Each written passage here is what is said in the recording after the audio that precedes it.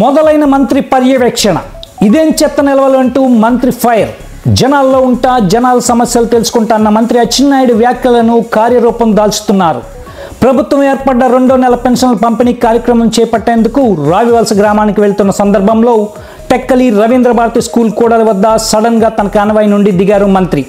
అక్కడ రోడ్డుపై పోగులుగా పడి ఉన్న చెత్తను గమనించి సమీప ప్రాంతాలను పర్యవేక్షించారు. పంచాయతీ సిబ్బంది పనితీరుపై అసహనం వ్యక్తం చేశారు మంత్రి. టెక్కలిలో ఎక్కడికక్కడ చెత్త నిల్వలు పేరుకుపోతున్నా ఎందుకు టెక్కలి పంచాయతీ మౌనం వహిస్తుందని ఫైర్ అయ్యారు. ఇంటింటికి చెత్త బళ్ళు సజావుగా వెళ్లి చెత్తలను కలెక్ట్ చేయాలని, ఇలా రోడ్లపై చెత్త వేసే వారిపై చర్యలు తీసుకోవాలని తెలిపారు.